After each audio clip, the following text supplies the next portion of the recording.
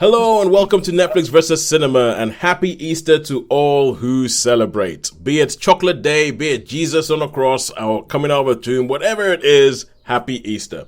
My name is Tosin and I am the host of this show, and this is the show in which we go to the cinema, and every week we will go and watch a couple of things in cinema. We'll stay at home and watch a couple of things on various streaming sites, and we will figure out where money has been better spent this week, and we'll help you answer the question, big stream or big screen, where should you spend your money? As I've said, I'm Tosin. I'm the host based up in the United Kingdom in the middle place called near a place called Birmingham. Is a place called Bromsgrove. And joining me as always on the Isle of Wight is Shaun Harris. Hello. Yes, and also joining us, but not from the Isle of Wight, from London is a London correspondent, Holly Nessling. Hello. How have your Easter holidays been? Marvellous. Very quiet. Excellent. It's a marvellous. Mine was quite nice. I sort of saw some great nephews, and we went to the fun fair and stuff. So I had an okay time. Yeah, this is my first Easter of being the dad of a school age kid. So you have 2 weeks where the kids at home and everything like that. And I don't know why I used to think this would be, but I think of this I try to think of what Easter was like when I would leave school, and I think I would have spent a lot of time at the cinema. And that ain't happening with kids, even though I did manage to make it to the cinema to see a film that we might be talking about this week. But let's go on and let's talk about that. What have we seen in the cinema? We weren't recording last week, so we've had about 2 weeks. What have we managed to see in the cinema over this wonderful Easter break? I'm afraid for me, not much, because I've been away, and I mean, it used to be really good because I got the Cineworld Unlimited. Yes. And the one at Paul's changed to a View, so I would have caught up. So I've only managed. The only thing was a secret screening last night. Okay. Came back Monday. Secret screening of a film called Undertone. Undertone. I think it's released this week, but this was one of those preview screenings. Because Shaun and I were discussing this before you showed up, Holly, and we were talking about the fact that if you have an unlimited card, I think with Shaun and I, we're the kind of characters that if we have an unlimited card for like an Odeon or a Cineworld, and you go to somewhere where there's like a View, or there's a View or a Premiere, and you just feel no. I've already paid for this somewhere else. I'm not paying twice. I refuse to pay twice. I refuse. Now, Holly, I think that you might be a bit more. Do you share that sort of that feeling of being cheated? Yes, I do. I have a limitless card, and it does not feel right spending money on a cinema ticket when I've already paid for cinema tickets. Yep. I budget. Yeah, but there is and even though I know because I've got an Omniplex card. And Omniplex is like a smaller chain in this country. It's bigger in Ireland, but it's small over here. And I know that if I go anywhere other than Birmingham, that I'm going to be in trouble finding a place to watch a film. But even then, I'm like, no, I'll just wait until I go home. I don't need to watch a film. I don't need to go. You can't make me. Unless, of course, it was like there was a cinema in in Romford, in London, and in that cinema, the tickets were $2.99. And so with those, I was like, look, wow. Might as well. Do you know it's quite funny really, because like before I would go over to the mainland, I always used to check out the to see what was on, because quite often that's where I saw quite a lot of things that don't come, they never came. Yep, to the kind of films that would only go to a university town. But now I don't even look, and I should really, I suppose. I don't even look to see what's on at the View, So I don't. But. No, I agree with you, Shaun. You don't have a Cineworld card there. You don't have an unlimited card there. It's dead to you. I don't think View do cards anyway. No, View do not do cards. No. I know because before Omniplex came over here, my closest one was a View, and I had to figure out a complicated systems of having a Lloyd's bank account card and going at a certain time. And thankfully, it was only a $5.99 thing. And then if I had a certain kind of Lloyd's card, I got 12 View cinema tickets a year, and I had to use those. And so to figure out a way to get it close, and it cost me around about, I'll say £20 a month, but that was seeing one film a week. But now I'm paying $15.99 a month, and I can see 2 films on a Tuesday. So it's but View do not do cards, and I know there's probably some business case that Holly you can look into and figure out why View do not do cards while Cineworld, Omniplex, Odeon do. I think those are, ChatGPT will be my friend here, I suspect. yeah, but I feel like those are the only real big chains in the UK anymore. I mean, you got Everyman, but Everyman Yeah. cinemas they're more highfalutin and they try and be more like a theater than Yeah, trying to we be have like. Everyman's here. We have an Everyman locally, and from what I can gather, it's in Brentford now. We've got a Okay. fancy Oh yeah, schmancy. Picture House. Everyman and Picture House are kind of like Oh, you know yes, it's Picture House we've got, not Everyman. yeah. Everyman and Picture House are the ones who try and be like the more highfalutin ones. The ones But who are it like, does, come eat your popcorn, everything like that. It's it does cost a fortune though. Once if you've done anything more than get a ticket, it's well the Everyman. yeah. Yeah, The, Everyman. I think Everyman is quite expensive. I think, and and you're selling, you get your ticket, and then you give them a kidney to pay for drinks and whatever. yeah, because they're not gonna do. You're gonna get like quinoa, Oh, like caviar covered quinoa. I mean, they do deliver to seat. So Yeah, but so the Omniplex in Great Park, Birmingham, and it's $15.99 for the month. Oh, never mind. Anyway, I think we're getting off track. I think the track that we were on was, Holly, what have you seen in the cinema in the last couple of weeks? I have seen nothing at the cinema in the last couple of weeks, unfortunately. We are doing great. I hope to rectify this soon. Okay, cool. Nothing from you at the cinema, and from me at the cinema. I've had a busy time at the cinema in the last couple of weeks. Well, for me anyway. So I got to see Splitsville. It's a film called Splitsville, a sort of indie film called Splitsville. I went to see the Mario Galaxy movie because being a Take your kids. I took my kids, but one of the reasons I went to see the Mario Galaxy movie and I took my kids was that I got free tickets. I got free tickets because being a Sky customer has to count for something, and Sky gave they were doing free viewings of the Mario Galaxy movie on opening night. I got 4 tickets to go see it, so I went with my kids. I was going to go with my wife, but she was working, so ended up seeing the Mario Galaxy movie for free, apart from having to travel on the train and the stress of having to carry 2 kids on the train. But never mind, it was free. And it was at the City World, so I actually got to see a City World where it was like without having to pay. So I'm happy with that. And yesterday, I had a 2-film Tuesday yesterday, and I went to see The Drama with Zendaya and Robert Pattinson. Be interesting to hear about that. Yeah. I think it would be. And I also caught up on They Will Kill You, which we have already reviewed. But I went to watch it, and I would say I agree with everything Shaun and Sharon said about it. It like the good and the bad. It is a lot of fun. I could see, like Shaun, you were talking about the man with the iron fists and all that, and it's probably homaging a whole bunch of stuff that like. And even when I said I was expecting like a grindhouse type movie, it is totally a grindhouse type movie, and you can see everybody having fun with it, and it goes crazy towards the end. The internal logic doesn't quite hold together. No, that's it. The internal logic does not hold together, and and when you finish, you're like, okay. I think Sharon's quote was, "If only it was so difficult. If only it were so easy to defeat the devil." And I 100% agree with that. I'm like, that seemed way too easy. Okay. Okay, cool. So that's what I've seen at cinemas. What about at home? Because I feel, okay. Holly, let's go with you because I think you have the lion's share of what we've seen at home this week. Okay, I have seen Pretty Lethal. I have seen the currently only series of Inside Man, though I hope there will be another. I have seen Dublin Murders, and I have seen series 1 and 2 of Hidden Assets. Okay, that is a laundry list. We're going to try and keep this to 3 in one and 3 in the other. So 3 in cinema, 3 on streaming things. And I think, Shaun, you've seen Pretty Lethal as well, haven't you? I've seen Pretty Lethal, yeah. I've seen Pretty Lethal because I thought I'd better see that. And I've watched. You told me. You said. I think you. Crime 101, yeah. Crime 101, which I did. Yeah. There's no cinema, so I ended up when I was in the mainland watching stuff. And I also watched the second series of Last One Laughing. Okay, cool. And okay, I saw something, but I can't remember the name of it. But it was sort of when I was half asleep. I sort of watched it, which was bloke goes into a cinema and there's all these silly monster films that are on, like different trilogy things. But for the life of me, I can't remember what it was called.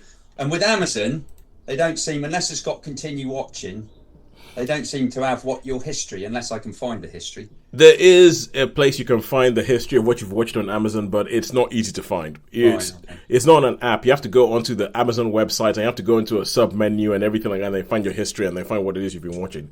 Right. I remember finding it once. I remember finding that it was a pain in the bum. Those are things I remember. All right, cool. So, so we have that. We have Pretty Lethal. We have Room for Laughing. And so Crime 101, we have already reviewed that on a previous show when I saw it in the cinemas. But I wanted you to watch it because I was like, Shaun might like this, or he might think it's too derivative of better films. What did you think? I didn't mind it too much. I thought it was pretty good. The car wasn't so keen with the car chase. I did mention that there was a car chase in it that you would hate. You did, yeah. I did mention that. And I think so. It all seemed to go around pretty well. Reminded me of a couple of other movies. The relationship was sort of a bit like Bob De Niro's relationship in Heat. Definitely, yep. I sort of along that lines, but I'm not so sure. The one thing that quite disappointed me was the ending, because the policeman, I'm not quite sure if it was consistent with what he did at the end. Would have been. Yeah, I think he would have been. I think he would have been the policeman. Yeah. I didn't want to give a spoiler, but do you know what I mean? I know what you mean. I know what you mean with that, and I think that because he's got a bit of a, because I feel like this film is made. It was made by the same guy who made American Animals. Oh, right, okay. Yeah, okay. Bart Layton. Yeah. And I feel like this film is paying homage to a lot of different types, a lot of sort of like crime cinema. I think it's specifically of the 70s. I think it's paying homage to a lot of those. Yeah. So I feel like there's a lot of things in this film that remind you of other films. So like the Mark Ruffalo character being the police, it was very Serpico. It was very Serpico, and I feel like they did a lot about this one upstanding man in the middle of like this police thing, and I feel like there was probably a little bit more in there that they could have put, but for me they put just about enough for him to kind of go, well, if I go there, nothing's going to happen, so I might as well go there. That's it. I did like the conversation with the Steve McQueen, but that was in the trailer anyway. So yeah, they were in the car when they're talking about, and he's talking about like Mustang. Mustang, Yeah. Okay, cool. Yeah, I thought it was quite good, and I still think it's I still think it's like the best performance I've ever seen Chris Hemsworth give. Yeah, he was good in it. I got to say, he was good in it. It was okay. I didn't mind it. Yeah, I didn't mind it. All right. Okay. Cool. Good. Yeah, because I was really intrigued to see what you would think about that film, because I think if I was going to give it a star rating, I probably would have given it a 3.5. Put it that way. I think I wasn't that far from what I gave it. Yeah, I gave it a 4. I gave it a 4. A 4, yeah. Yeah, so it's but it is in that bracket. All right, cool, good. Now let's hey, let's kick off. I'll tell you what I'm going to do. Right, Mario Galaxy movie that is not going anywhere. That film is not. I might actually get a chance to see that. So I was tempted because I've heard quite a few good things about it. So, have you? Well, I don't know. I mean, the bit I've seen said, "Oh yeah, no, this is really good," and the thing. So unless I've been misled, I'll let you tell me then. So I may not bother. Okay, I think it would be intriguing. It would be really intriguing for you to watch it and see what you think, because I think it's terrible. I think it's rubbish, and I think it's going to make all the money. I think it's worse than the first one. That's probably what I read. I think is that it made lots of money. It didn't say whether it was good or bad. But yeah, it has made loads of money. Like for instance, the first film made over $1 billion, and the only film that stopped it being the highest grossing film that year was Barbie. So that's how big that film was. Right, the only film bigger than it that year was Barbie. Yeah. Yeah, so I'm probably my thought train was probably because it took so much money. I'm thinking. Well, yeah, I mean, it will be interesting to see, but let me just say, Shaun, I would be shocked to my back teeth if you like that film. It is honestly, and this is I'm speaking. I'm speaking as a Mario fan. And so the two reasons I don't want to talk about the film, I'm happy to push it to another week, is A, I think it's rubbish. B, it's making so much money, it's going to be around for a while. we're not seeing the back of that film for a while. So I thought I'll instead talk about films which are smaller, which I think are going to disappear quicker. Yeah. So disappear out of the cinema quicker. So I'm going to kick off with Splitsville. I'm going to start off with Splitsville, and so Splitsville, it's a film starring. It's written by, directed by, and starring these two guys who are. One of them is called Kyle Marvin, and the other one his last name is Covino, is Mike. He has a middle name, Covino. And they are kind of like indie filmmakers. The first film that they made was a film called The Climb. And I would recommend watching the opening 10 minutes of The Climb, because The Climb is almost like, it's about 5 different scenes that are just all shot in one take. So like each scene is, and the first scene, it's called The Climb because it is these two men who are cycling up a mountain, like an actual proper mountain. And they do this entire scene in one take as they're cycling up the mountain. One of them falls back, one of them catches up and everything. And it's just really interesting. Like, how are they doing this? And that film was all about male friendship. It was about how male friendship, what happens with these two people. And it follows them over decades, and how one of them tells the other one that he's been sleeping with the other one's girlfriend and all that kind of stuff. And what that does to the relationship. And this film, Splitsville, is almost kind of like a continuation of that, because it's very, very similar themes. It's the two of them. And in this one, you have one of them married to Adria Arjona, and the other one is married to Dakota Johnson. Now, and I don't mean to be mean or anything like that, but essentially these are two couples that when they walk in the room, most people's thought is going to be, okay, now how did that guy get that girl? That is because Adria Arjona and Dakota Johnson look like film stars. Kyle Marvin and Mike something Covino look like guys. they look like guys, kind of. And so, but that's something that you have to get over. You have to get over whatever prejudice you have about that to begin with. You're thinking they must have good senses of humor. That's got to be it.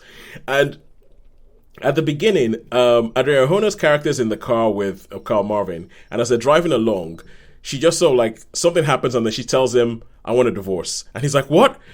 And I'm like, I can understand why he would be like that, because it's Adria Arjona and he looks like he does. But but it's like, and he's like, what do you mean? And then she breaks it and she starts telling him like, I've been unfaithful a lot of times. I've been like really, really unfaithful. And so she brings out a letter that she's been planning, that she's been writing and everything like that and he just jumps out of the car and runs away. He runs away and he goes to his friends who are paid by Mike something Covino and Dakota Johnson. And he explains to them that, I don't know what I'm going to do. She's been cheating on me, but I don't want to get divorced and all that. And they tell him, oh, no, but we have an open relationship. He's like, what? He's like, yeah, we have an open relationship. It's like, if you go sleep with them, everything like that, we don't believe that you can, like, that you should keep yourself to one person and everything like that, but we love each other and all. And this revelation is what sort of like powers the rest of the film, because he thinks, okay, they have an open relationship. And this is in the trailer. So the Kyle character sleeps with Dakota Johnson, who is his best friend's wife, because they're in an open relationship. And then he tells him the next day, oh, by the way, yeah, we slept together. And this massive fight breaks out. And it's like a very well choreographed, really, really inept fight. Think Colin Firth and Hugh Grant in Bridget Jones's Diary. Right. for that kind of thing. It's just like, two people who do know how to fight, just try to fight and everything. And then it carries on to talk about, okay, what does this mean? How do you go? Is it even possible to be in an open relationship?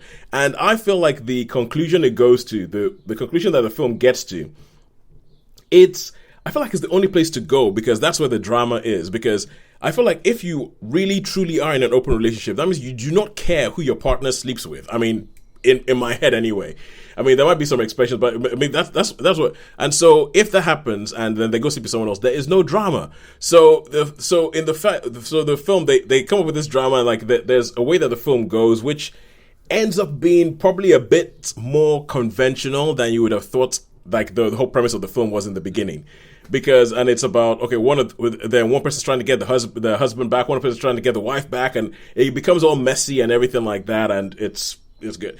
It is funny in bits. There's one particular sequence in the middle of the film, which is all done in one shot, because these guys do that, and it's all about the number of different partners that Adria Arjona's character has, and the number of different characters that she has, and because her husband, he's kind of like, almost like, what's the word?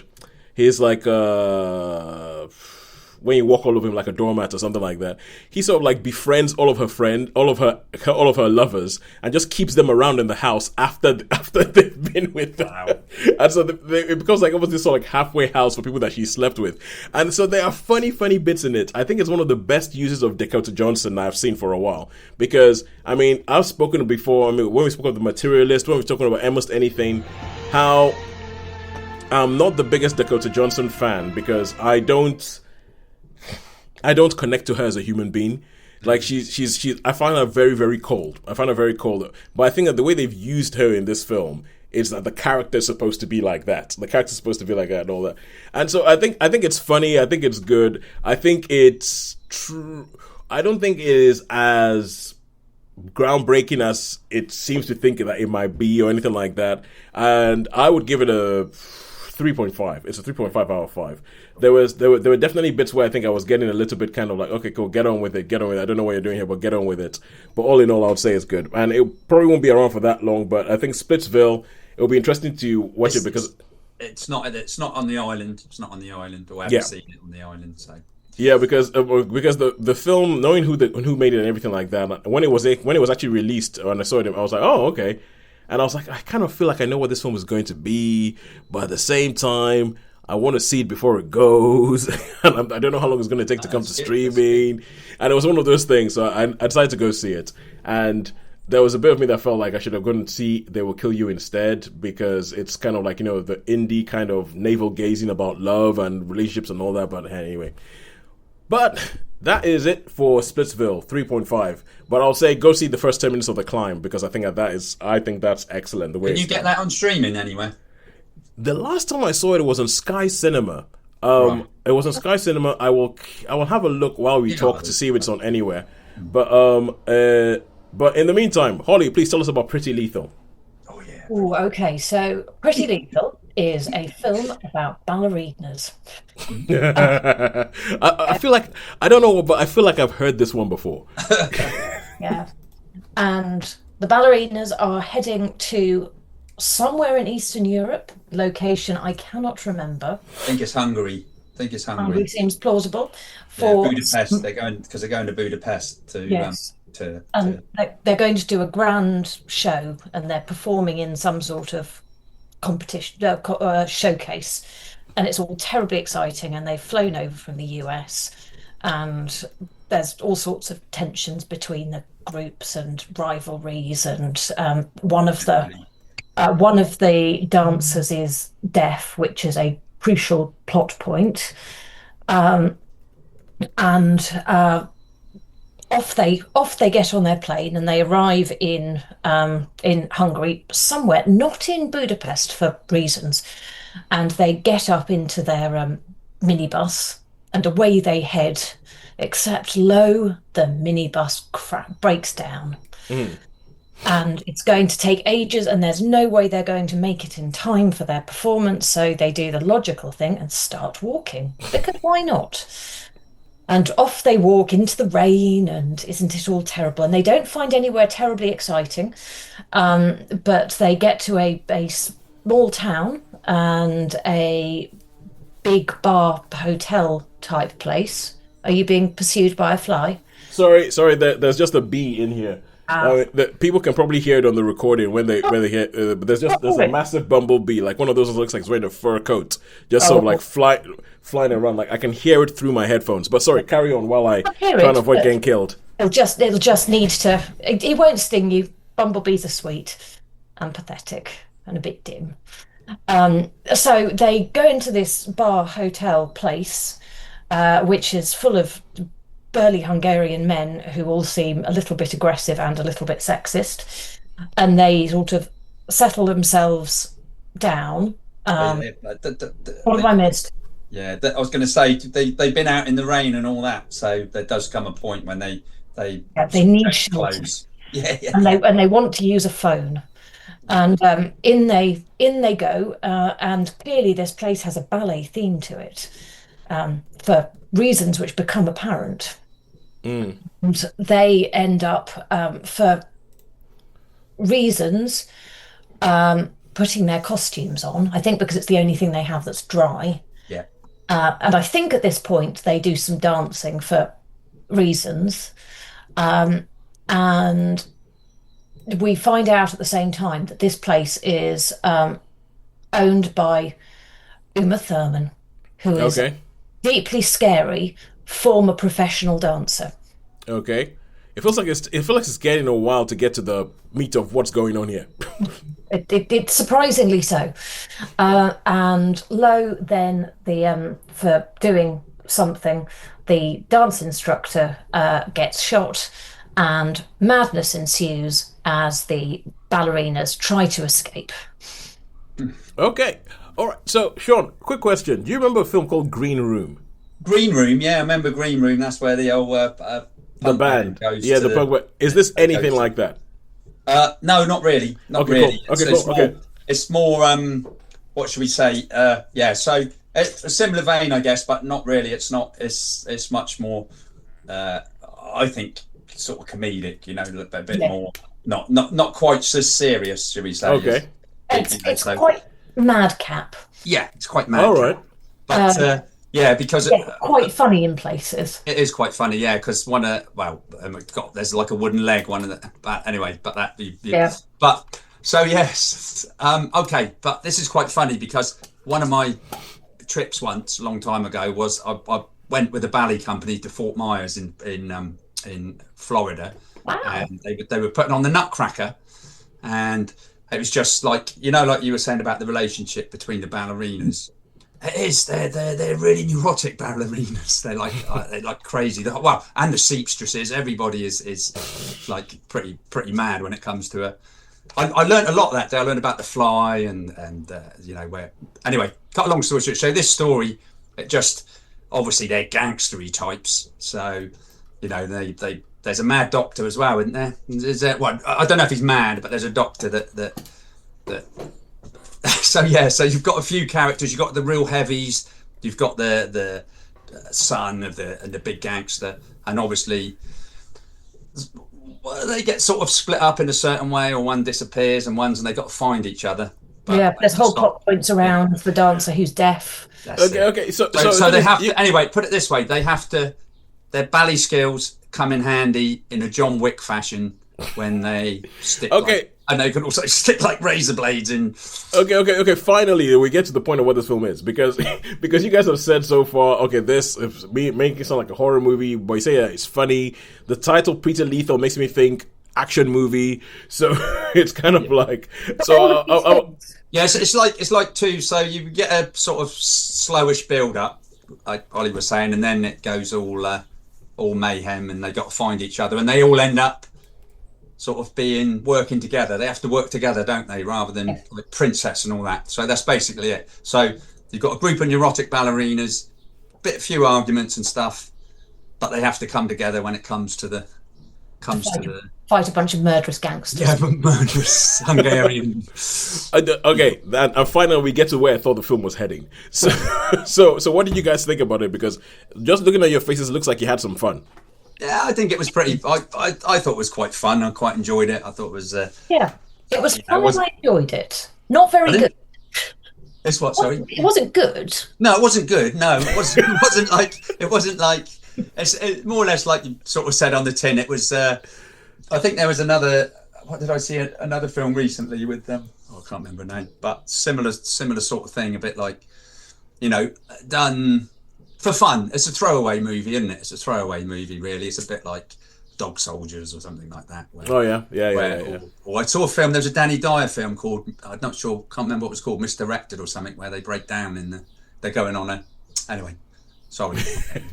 my mind's starting to shoot off. Yeah, so it's basically a fun throwaway film, which is, you know, not a disaster. So it's essentially... Not ballerina gangster film. Yeah. Madcap is pretty good. Did you say Madcap Ballerina Gangster Film? That's it. Madcap That Ballerina. sums it up. That's the headline. That's the headline. Madcap Ballerina. That's the headline on YouTube. Madcap Ballerina Gangster Film. Yes. So it's very, very niche genre. Yeah, Very niche. very niche genre. I think this is just Amazon. This is just Amazon Prime cementing its position as the place to go for your Friday night movie. It's like essentially replacing Blockbuster as the place to go find a Friday night movie watch with your friends. So, how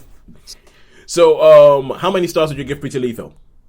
I thought it was okay. It wasn't bad. wasn't brilliant. So I mean, yeah, it was all right. Three star for me. Probably right down the middle. Yeah, I think I'll go 3 as well. It was the comedy offset the not goodness. Make it neutral. Yeah, as I say, I think with the 3, it wasn't like, whoa, that was brilliant, and it wasn't, oh, this was rubbish. It was a 3. Okay. I mean, I watched it again to try to figure out what actually happened. Oh, you might be worth. Okay. I probably won't. All right, cool. So, also, okay, just to go back to Splitsville, I forgot to ask the question we now ask ourselves, which is, do I think you should watch Spiltsville in the cinema, or do I think you should wait until it shows up on a streaming platform? And I think that if it does come on a streaming platform, I think that this is something that you should watch at home. I think that it's something you can watch at home with a group of friends, have a conversation about it. What would you do in different situations, that kind of thing.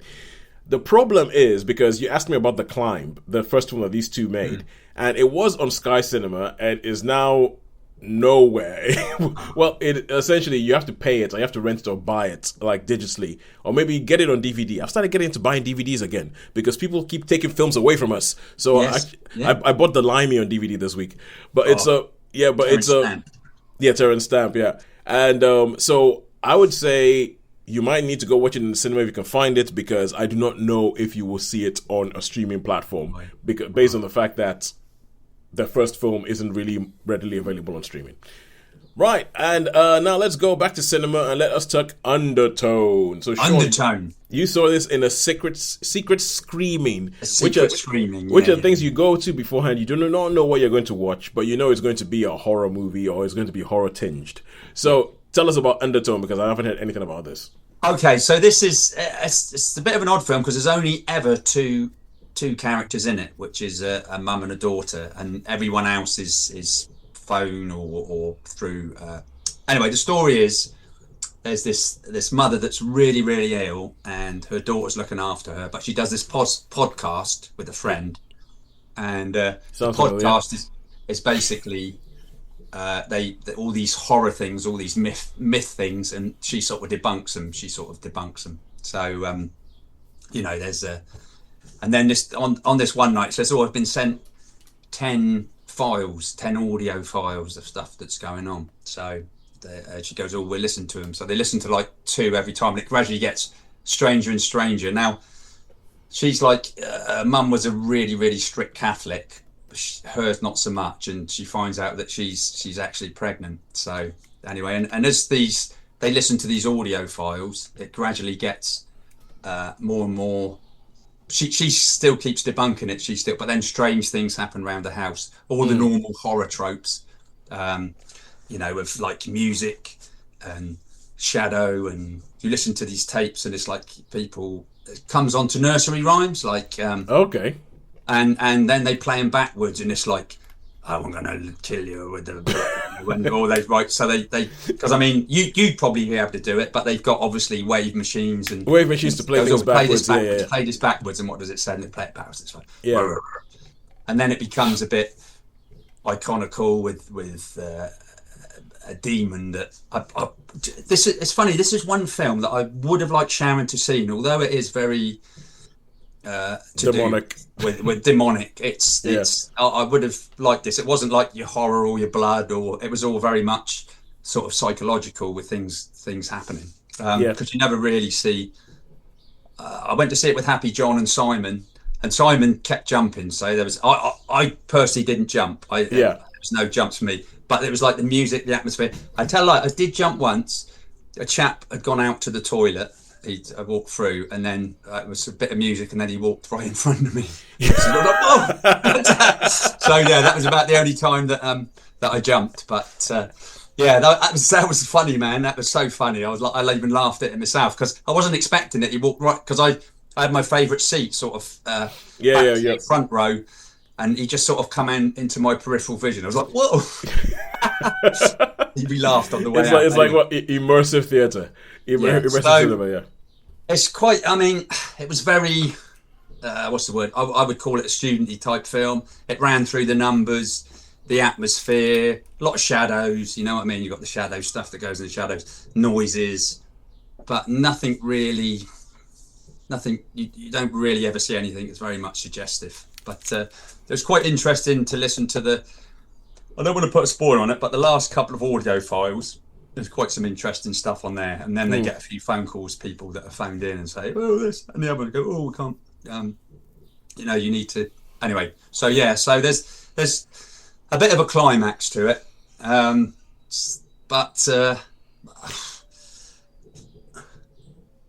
Right.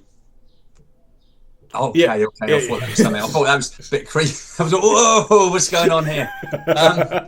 So yeah, I thought perhaps there was some shadow behind me or something. That, if anybody's wondering what just happened, so like Shaun was talking about getting spooked by some guy who walked out. Some humming started showing up, and obviously we're talking about a film that has audio files in it and everything like that. So I think Shaun got a little bit worried. It was in fact my electric blind closing because the sun was in my eyes. But there was a couple of bits. The actual photography. I mean, apart from it, it tropes different angles and your normal horror type stuff. There was a couple of bits where you couldn't tell if it was a lampshade or face. So that was quite interesting. I think it borrowed a bit from The Exorcist as well, with because they have a name of a demon that sort of causes people to do, and it's all to do with obviously she's pregnant and she's thinking about perhaps not having the baby. So I think I couldn't really know if it was a metaphor or something or. But what did you think? Pretty strange ending. Well, what did you think in general about the film? Okay, in general, it wasn't really. Again. We've got. I didn't dislike it. I thought it was a bit amateurish, but it didn't scare me. It didn't do anything. But I wasn't too bothered by the whole thing. So again, this one just be a 3-star. I think not brilliant and not disaster. All right, and what would you say? Go watch The Undertone in cinemas or wait until it shows up on streaming? I think you could probably watch this on streaming. Really, on streaming, yeah. I think you probably could. Yeah, probably be or if it was a cinema, it would be a bunch of you on a midnight showing with you had a few beers and. Or you dare everybody to watch it watch it like in the dark. Well, that would be. Sometimes I think with these films, what I quite like is, and some people when you can heckle them. So, like, you know what I mean? If there's no one there, you can say, "Oh, look, I'm in the corner. What's coming in the corner? Oh, look at that shadow." Do you know what I mean? They're quite good films to heckle these sort of films because they follow the same tropes. It sounds like it would be a good kind of film to watch with a VR headset on, where you can see what's going on around you, and then people will do stuff around you and see how freaked out you get. That'd be quite interesting. Yeah. All right, so that's it for The Undertone. But some of the things that you were saying, because it is the first film made by the director, it's a Canadian movie, and it was actually made in 2025. So It was released in Canada in 2025, and the fact that it's just coming over here now means that I think it has some legs, and I think it might have been doing a bit well underground. But cool. 3 stars for The Undertone. And now we go back to streaming, and I think this is BBC. We are talking Inside Man. So, Inside Man is indeed a BBC series, if I remember rightly. Because, again, it was a couple of weeks ago, which stars Shaun's favourite, Stanley Tucci, who plays a man who is on death row for the murder of his wife. And he is very liked by the prison governor. who and he gets involved in solving solving crimes for people because he is a criminology lecturer and he is a very, very clever man. So you have that running in is one stream. At the same time, back in the UK, so he's in a US prison. In the UK, you have David Tennant, who plays a very nice priest, who is happily married with a teenage son, and a lovely wife. And one day he encounters the verger with a memory stick, and clearly the verger has a somewhat complicated history, including his relationship with his mother. And so the priest David Tennant's character takes the memory stick and says because the verger is trying to hide it from his mother. Yeah. And it's done as a sort of commitment that he will do the right things and so on and so forth. It goes home with him, and his son, who is in the middle of a maths tuition session, picks up the memory stick and goes to use it. At which point it becomes apparent that what is on the memory stick is not good stuff. And the madness then ensues as the maths tutor sees it, and there is child pornography on it, and is of the view that it's the son's, and which is the case. But David Tennant doesn't want to say whose it is because he feels a duty of confidentiality as a priest. Yeah. And things ensue that lead to degrees of complete madness as to dealing with what he must do to keep his son safe and try to have the truth come out and for the right things to occur. So you have one train in America. in the US that is trying to solve a disappearance, and in the UK you have this madcap situation unfolding, and the two align at some point. Okay, so this is written by Steve Moffat, who at his best can be very, very good. Like some Steve Moffat stuff that he does is actually really, really good. Some of my favorite episodes of Doctor Who are written by Stephen Moffat. He wrote the TV show Cup Lane, everything like that. So Steve Moffat is actually quite good. So with this, it sounds all disparate and all over the place, but at his best, he will pull this together in a really satisfying way. Which one is it?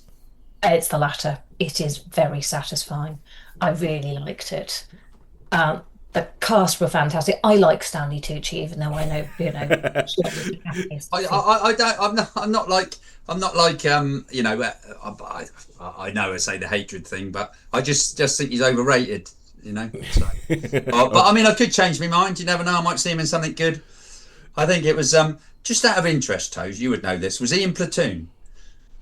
Not to my knowledge. No, I didn't think so. I'm trying to think. What no, I'm sure he was. Anyway, doesn't matter. Sorry, I will digress. He's a very good actor for the role as well, because he's quite measured and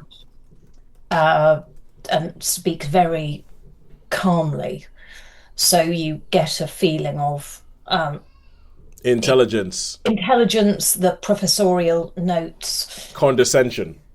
I don't know that it's even condescension per se, but it's an awareness. So he is good at the role. It's got the cast overall is loves. There various people who I know but don't necessarily always automatically place. Dolly Wells is who's in Pride and Prejudice and Zombies. She's in Bridget Jones' Diary. Yeah, Dolly Wells is quite good. She's quite good. But all in all, what did you? I know you said that. What did you think? How many stars? I'm gonna go 4. Okay. 4 stars. 4 stars. So this, would you say this is upper Tennant tier generally does Moffat? quality stuff, doesn't he? Tennant. Yeah, I'd really recommend watching it. I think you'd find it interesting, Sean. Really? Yeah. Yeah. It's funny. I don't watch a lot of BBC stuff. I'm not really. It's really strange. So I think I'm not sure where I found it. I might even have found it on Prime. I'll check. It's on BBC. But Sean, this is the real clincher for me. Only 4 episodes. Oh right, okay then. Oh, that's maybe. I mean, I never saw Killing Eve when it was on, or any of those things. I don't normally. I tend not to. I don't know why it is. I tend not to watch mainstream stuff. You know, when I say mainstream, I mean like BBC. Well, Sean, well, I think I have a little bit of what you are talking about here, because if people talk a lot about something and people hype something up, I just don't want to watch it, almost on principle. I don't want to watch it. I want to watch it where after all the hype has died down and everything like that. But if people are like, oh my God, this is the greatest, the best thing ever. I didn't watch Game of Thrones for ages because people kept rambling on about it. I was like, oh, for goodness sake, just go away. I mean, if you think some of the things I haven't seen Chernobyl, and yet everybody raves about Chernobyl. I haven't seen Chernobyl either. I've not seen Chernobyl. I still haven't seen Broadchurch. No, I've never seen Broadchurch. And there was another one I was just thinking of, but it's gone anyway. But yeah, so I very rarely. I still haven't seen. I haven't seen. Is it called Adolescence? The one about the school. Yes. That was good. I haven't seen that. I've not seen that yet. So Adolescence is awesome. It's awesome. Yeah, I think even Sean, I'll tell you what will get you into it. Just look at it, watch it for the technical marvel and how the heck they filmed it. Right. Okay. That's it. Okay. Yeah, but it's I'll say that I was thinking there was something else I was thinking of that I haven't. I've never seen The Sopranos. No, I never seen The Sopranos. I've never seen The Sopranos, and it's but because I just feel like people end up raving too much about it, and then I just get the hump.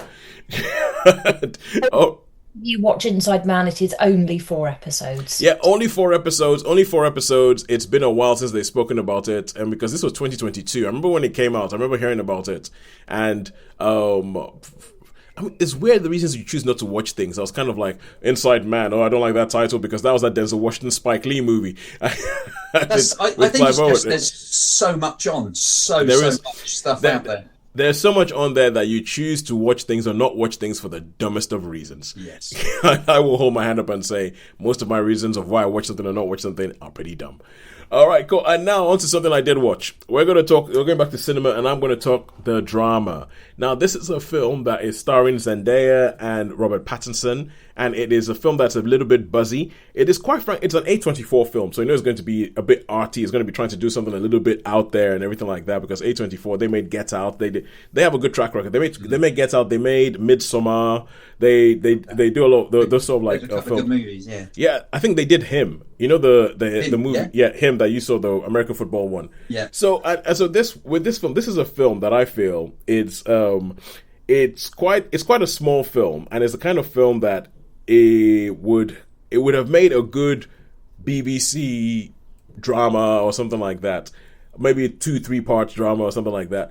But the difference here is that they've got Zendaya and Robert Pattinson in the roles, and so all of a sudden it elevates this film, and it's almost like a case for star power and why you need movie stars, because I don't think many people would pay attention to this if it wasn't for them. So what you have in this is like it kicks off, and there's these 2 people who are in New York, or what they tell us is New York, but I am convinced, and Holly, if you see this film, back me up here, I'm convinced that the opening scene of this film is filmed in Bloomsbury in London. I'm like, that does not look like New York. That looks like Bloomsbury in London, around UCL. But so you meet, there's a meet cute where, like, you know, Robert Pattinson does something a little bit stalkery, I think, because he sees Zendaya and he wants to start chatting to her. And then you find that he's writing his best man speech. He's writing his wedding speech. And essentially, they're showing you snippets of this relationship because they're about to get married in a couple of days. So they're about to get married in a couple of days. He's speaking to his best friend, who's played by Mamadou Athie, and they're talking about, okay, what should I put this in the speech? Should I take that in the... He's like, put that in the speech. Oh, come on, you can't talk about that. You can't talk about sex in front of your parents. Come on, that kind of stuff. And then you get the idea of this couple. They've met. They're happy. They're together. his best friend. You have Matthew, who's married to a character played by Alana Haim. I can't remember anybody's characters' names. So I'm just going to use the actors' names. And is married to Alana Haim, and they're going to one of these evenings. You know, when you're testing this thing out, and you're testing. Oh, we've got to test the wine. We've got to test the food. We've got to see what we're going to have on the wedding day. And as they sat down there, like these two are married, like their friends are married, and so they start playing a game of what's the worst thing you've ever done. And so, you know, the married couple are like, oh, you can't say that. You can't say, I told you that in confidence and everything like that. So he says what the worst thing he's ever done is. She says what the worst thing is. And so they now ask Robert Pattinson and Zendaya, what's the worst thing you've ever done? And Robert Pattinson is very English. Because he's an Englishman in America. Englishman in New York. And, yeah. And he's I'll die. It isn't that. I cyberbullied somebody once, that kind of thing. And then Zendaya, she sort of says, she says what the worst thing that she's ever done is, and that I can't say what it is because it's a spoiler. And whether you like this film or not depends on how bad you think that thing is that she says. And then, because of that, there are a couple of days to the wedding, and it just sends everything spiraling. It sends everything spiraling about, oh, who is this person? Should I get married to them? Do I actually know anything? Blah, blah, blah, blah, blah. Can we trust the people? How much do we know the people? And it asks all these sort of questions, and it goes very almost sort of, you know, when you had like the Woody Allen movies where he just became very sort of navel-gazing and very neurotic and very kind of just start worrying about things that, in my opinion, are not that big a deal. The film kind of goes into that. And I think it really depends on how much you think the thing that Zendaya shares is, how big a deal you think it is. Now, I personally watched this, and from my point of view, I thought, I don't think that's that big a deal. And I feel like, essentially, this is what you're watching is you're watching a group of people who have an experienced life, who are having to deal with the fact that, oh my God, something might not be quite the way I think everything should be, and then spending an hour worrying about it. and so for me, some of the characters were quite annoying. I found that the Alana Haim character was really annoying, and it felt very much like, you know how it is you have nowadays, it might be a commentary on nowadays how, you know, you have, I feel like there's this culture of people just wanting to be angry for the sake of being angry. Like, they just want to find something to be angry about, latch onto it, whether they're liberal, whether they're conservative, they just want to find something to be angry about, latch onto it, and then refuse to listen to anything that says that they shouldn't be angry. No, I want to be angry, and I'm going to be angry about this. And that's what it felt like to me. I did not feel like the central thing was that big. I didn't think it was that big a deal. Yeah. And it might be because it's a very American thing. It might be because I'm not American. It might be because I grew up in Nigeria where, like, you know, I'm like, hey, you know, worst things happen at sea, that kind of thing. But so I think if you watch it, this might be the point of the film. It might be the point to get people to talk and get people to think about, do you think that that's that bad? Do you think that that's that bad? And it's about how people go with it, about it and everything like that. I think the performances are good. I think Zendaya and Robert Pattinson, especially the way things go on, there's some absolutely cringy scenes. You will feel the stuff on the back of your neck just rise. There were some bits I had to put my shirt over my face and try to watch the screen through because I was like, no, this is, oh my God, this is too bad. This is too bad. And I think the performances are quite good, but I personally would give it a 3. I mean, I think that the performances are really good, but my problem is I do not think that the central thing is that bad. I feel like people are making something that is way bigger out of something that is not that bad. And I can't say what it is because that will spoil the film. So you have to go watch the film and then come back and let me know. So do I think you should watch this film in the cinema, or do I think you should watch the drama in the cinema or watch it at home? You might have to watch it in the cinema just because a lot of people might be talking about this thing and they might spoil it for you before you get there. Right. But as I said at the beginning, it's the kind of thing I can imagine would have been a BBC kind of like, you know, meaty drama. But because of the people who are in it, it elevates it to, okay, this is a film now that we're going to put in the cinemas. So I think you might have to see it in the cinema, because then you can come up and you can say, okay, cool, yeah, this is what I think about what was shared. This is how I would behave. That's what the point of the film is to go. I just feel like the central thing, I think that I remember there's a film with directed by Ben Affleck with Casey Affleck in it and Michelle Monaghan, Gone Baby Gone. And I feel like the center thing in that is a bigger dilemma for me than the dilemma in this film, because I feel like this dilemma in this film is just rich people who haven't had anything go wrong in their lives worrying about nothing. That's what I really, really feel. Although I will say one thing, there's an actress in it who I haven't really seen in much. Her name is Haley Benton Gates. And she looks like Emma Stone in Poor Things. Not Emma Stone. She doesn't look like Emma Stone.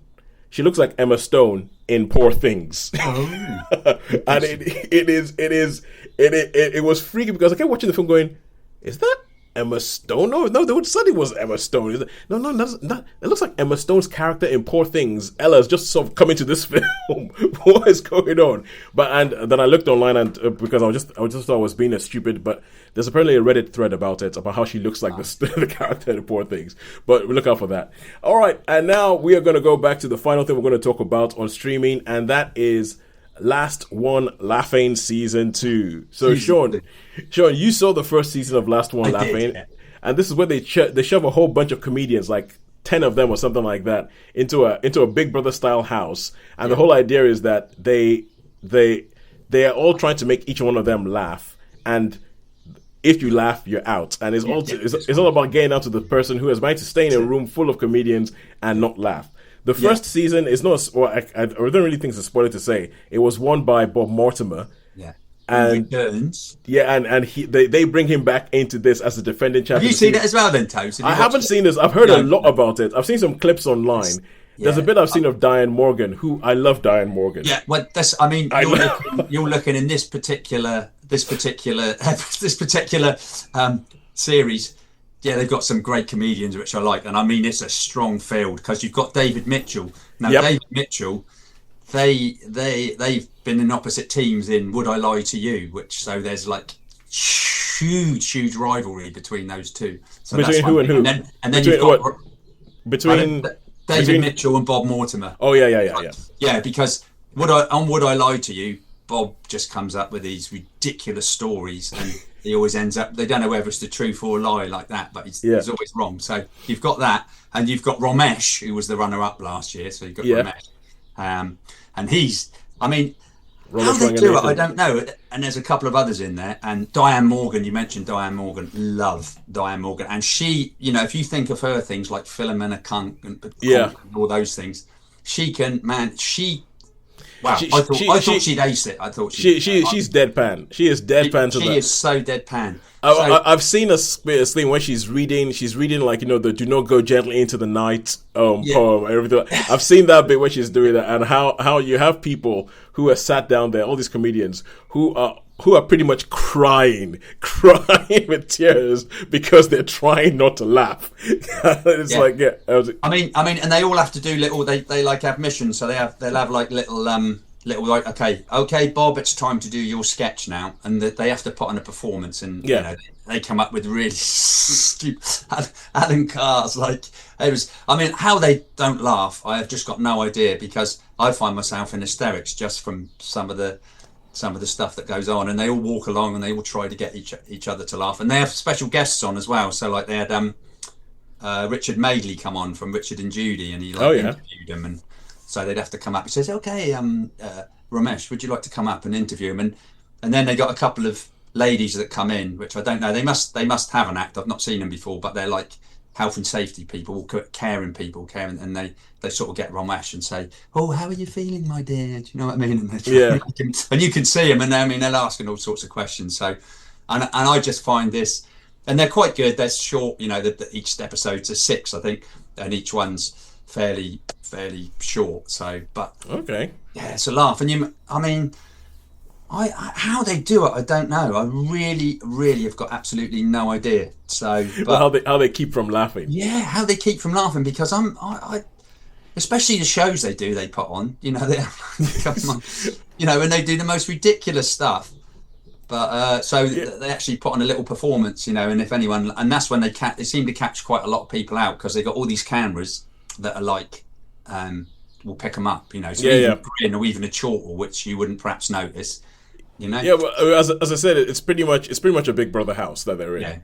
It's Big Brother within six hours, and the last one laughing wins. So, yeah, but you see now this is the thing, because the first season I didn't want to watch this because I thought it would be cringy. I thought it would be cringy because a whole bunch of people trying to do stuff to make each other laugh, and I'm like, you're not guaranteed that it's going to be funny. I'm not sure. It's hosted by Jimmy Carr. I'm not sure whether I like his style and all that. But this is the second season, and this is the second season now, from what you said, and the fact that I saw that clip with Dan Morgan reading that "Do not go gently into the night." But it's a clip. It made me go, okay, this show I might need to watch it. And now you told me it's only 6 episodes. I'm like, this is all sounding great. Yeah. So yeah. But I mean, as I say, for me, I mean, there was a lot of comedians in here, which I quite like, and it was quite funny how the ones that I thought, they're going to go quick, perhaps didn't go quite so quick, and others. So yeah, that's as far as I will. Well, no, that's good, because quite frankly, I didn't even find out who won the first season until like last week. So it's like, but it's good. It's good to have a return, because I mean, he's masterful, old Bob, isn't he? But then so's Philomena, Diane Morgan and Ramesh is so, especially, and he doesn't mind making jokes about his because he's got he is lazy eye, isn't he? Yeah, he's like, yeah. Says and he tries to Ramesh Ranganathan, he's big on like poking fun at himself. Yeah. So I really enjoyed this series. Yeah, I think it's good. How many stars would you give it? I'll give this one a 4. I think a 4, because I binge watch it, and it was funny. Yeah. All right, cool, good stuff. So 4 stars for Last One Laughing season 2. And sorry, I forgot about that. I forgot about the Oscar music telling us to shut up. All right. So the last question to ask now is, who do you think has won this week, Netflix or cinema?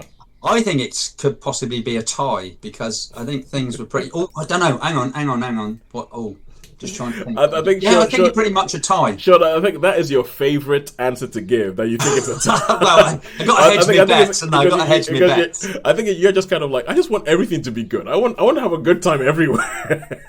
I think it's Netflix, because we've had 2 4s for Netflix. I hope. Yes, and Holly's more cold, analytic, shall we say even Dakota Johnson-like performance. Is right. Yeah, we have about 0.5 of a point in it. So 3.6 on average for Netflix and Friends, and 3.1 on average for Cinema and Friends. So yes, until next week when we shall do this, I would just like to say, I mean, we've been getting a couple of some feedback back never mind, from people about who've been listening to the show, watching things that we put up on YouTube, watching things we put up on Instagram and on TikTok. Please do get in touch with us. Let us know what you think about these different films. Let us know what you think about the whole larger question of Netflix or cinema. Where do you put things? Where do you hedge your bets? And until next week, when there probably won't be that much around, because it's been quite big this week, and I'll probably talk about the Mario Galaxy movie then, and tell you what I really think. Until next week, it's a goodbye from me. It's a goodbye from me. A goodbye from me. Thank you very much for joining us.